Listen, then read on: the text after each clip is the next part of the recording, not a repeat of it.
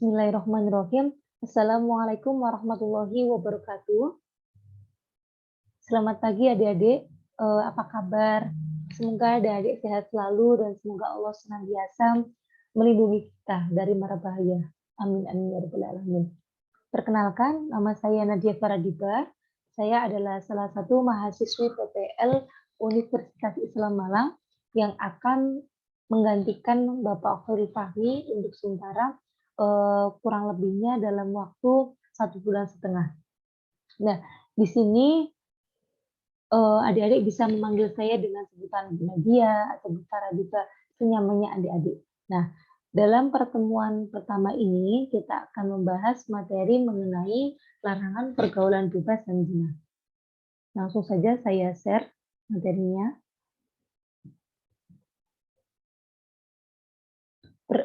Larangan pergaulan bebas dan zina. Kompetensi inti dari materi tersebut yang pertama adalah meyakini dan mengamalkan ajaran agama yang dianutnya. Yang kedua, menunjukkan perilaku jujur, disiplin, bertanggung jawab, peduli, santun, responsif, dan proaktif sebagai bagian dari solusi atas berbagai permasalahan dalam berinteraksi secara efektif dengan lingkungan sosial dan alam serta menempatkan diri sebagai cerminan bangsa dalam pergaulan dunia. Kompetensi dasar. Yang pertama, meyakini bahwa pergaulan bebas dan zina adalah dilarang oleh agama. Yang kedua, menghindari diri dari pergaulan bebas dan perbuatan zina sebagai pengamalan Al-Quran Surat Al-Isra ayat 32 dan Al-Quran Surat An-Nur ayat 2 serta hadis-hadis yang terkait. Pengertian pergaulan bebas. Pergaulan bebas adalah salah satu bentuk perilaku menyimpang yang mana bebas yang dimaksud adalah melewati batasan-batasan norma yang ada, norma yang telah ditetapkan oleh agama dan negara. Larangan pergaulan bebas dan zina. Yang pertama adalah larangan memandang yang bukan mahramnya, karena ditakutkan nanti akan menimbulkan syahwat, menimbulkan nafsu. Yang kedua, melakukan perbuatan asusila berupa perbuatan zina. Yang ketiga, meminum minuman yang diharamkan oleh Allah Subhanahu wa taala seperti meminum khamar, meminum minuman keras, pokoknya meminum minuman yang beralkohol, meminum minuman yang memabukkan itu haram. Yang keempat, mengkonsumsi makanan yang diharamkan oleh Allah Subhanahu wa taala seperti memakan daging babi, memakan daging anjing dan lain sebagainya. Dan yang terakhir, melakukan kegiatan-kegiatan yang diharamkan oleh Allah Subhanahu wa taala seperti dugem, mencuri, mencopet, membegal gitu, terus berzina dan lain sebagainya. Dan di sini ada bacaan Al-Qur'an surat Al-Isra ayat 32 yang berbunyi A'udzubillahi minasyaitonir rajim. Bismillahirrahmanirrahim. Wala taqrabuz zina innahu kana fahisyatan wa sa'a sabila. Yang artinya dan janganlah kamu mendekati zina. Sesungguhnya zina adalah suatu perbuatan yang keji dan suatu jalan yang buruk. Dan di sini ada Al-Qur'an surat An-Nur ayat 2.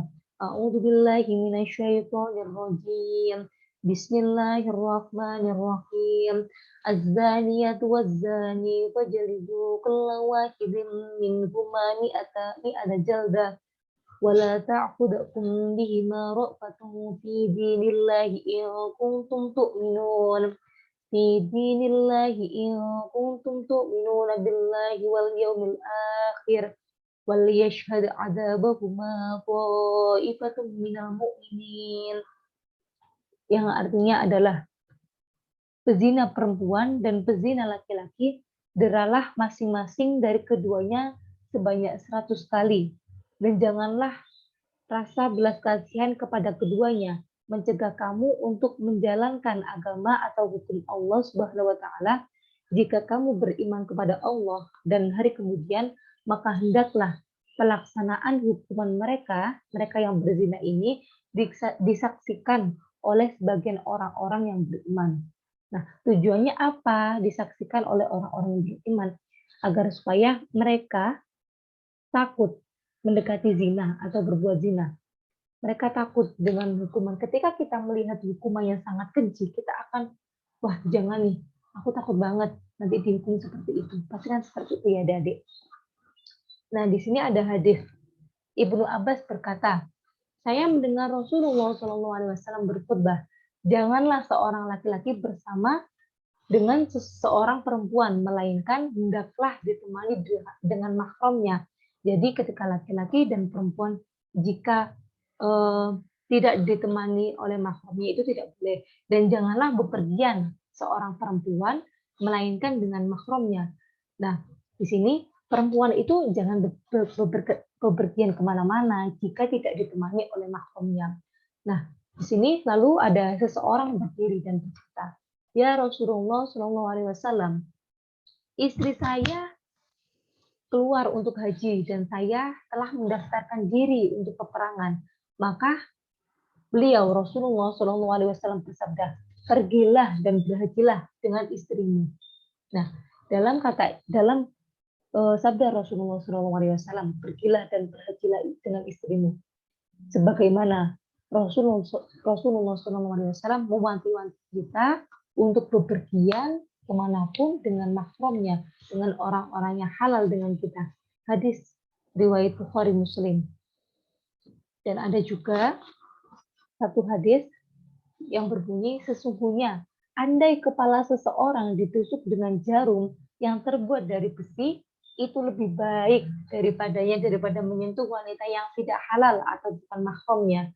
Hadis riwayat At-Tabrani. Nah, saking apanya sampai lebih baik ditusuk dengan jarum yang terbuat dari besi daripada menyentuh wanita yang tidak halal, yang bukan mahramnya. Masya Allah, sesungguhnya Allah Subhanahu Wa Taala telah sangat-sangat melindungi kita, sangat-sangat melarang kita mendekati perbuatan-perbuatan zina. Masya Allah. Dan di sini ada beberapa penyebab pergaulan bebas. Yang pertama adalah agama. Lah, kok bisa sih Bu agama sebagai penyebab pergaulan bebas? Kurangnya pemahaman agama ini sangat berpotensi besar dalam penyebab pergaulan bebas. Yang kedua adalah keluarga. Kurangnya kasih sayang, kurangnya perhatian, broken home. Nah, faktor-faktor ini juga bisa menyebabkan terjadinya pergaulan bebas. Lingkungan. Nah, dalam lingkungan pasti ada circle pertemanan. Ketika kita berteman dengan orang-orang yang baik, nanti jadinya kita akan menjadi orang yang baik juga. Dan ketika kita berteman dengan orang-orang yang kurang baik, kita akan kurang baik juga. Kita istilahnya ketika kita berkumpul dengan orang-orang penjual parfum, kita akan apa ya namanya ya?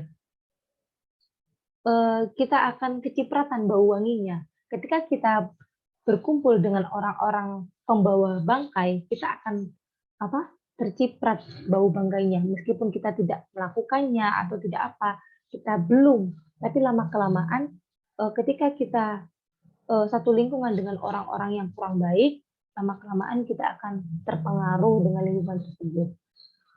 Nah, dampak dari pergaulan bebas. Yang pertama adalah narkoba. Nah, narkoba di sini. Nah, ketika kita dampaknya pergaulan bebas yaitu mengkonsumsi obat-obatan yang terlarang, kesehatannya menurun, meningkatnya tingkat kriminalitas, merenggangkan hubungan keluarga. Kan sayang gitu loh. Hubungan keluarga sudah harmonis ketika kita sudah terjerumus dalam pergaulan bebas, pergaulan zina.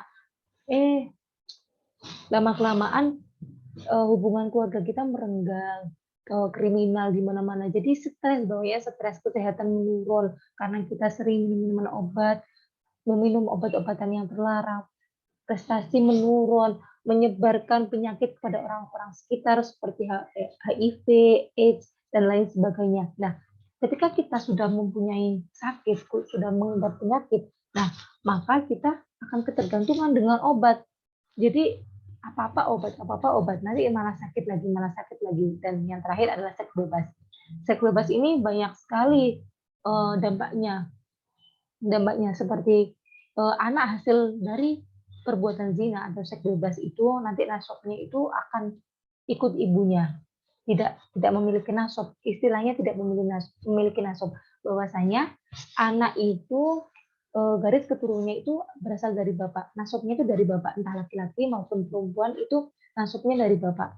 Jika ada seseorang yang hamil di luar nikah, meskipun setelah hamil ia dinikahi oleh pacarnya, oleh seseorang yang menghamilinya, akan tetapi sama saja bahwasanya anak yang ia lahirkan tetap tidak memiliki nasab, tetap tidak memiliki nasab dari bapaknya, akan tetapi nanti nasabnya mengikuti ibunya.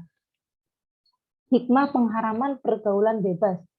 Yang pertama adalah menjaga harga diri, kehormatan, dan martabat kemanusiaan. Yang kedua adalah menjaga keturunan agar terhindar dari ketidakjelasan nasab. Yang ketiga adalah menjaga diri dari penyakit yang ditimbulkan dari perzinahan, seperti penyakit kelamin dan HIV/AIDS. Yang keempat adalah menghindari dosa-dosa yang lain yang dilakukan setelah melakukan zina, seperti menggugurkan kandungan atau bunuh diri karena malu telah berbuat zina, dan lain sebagainya.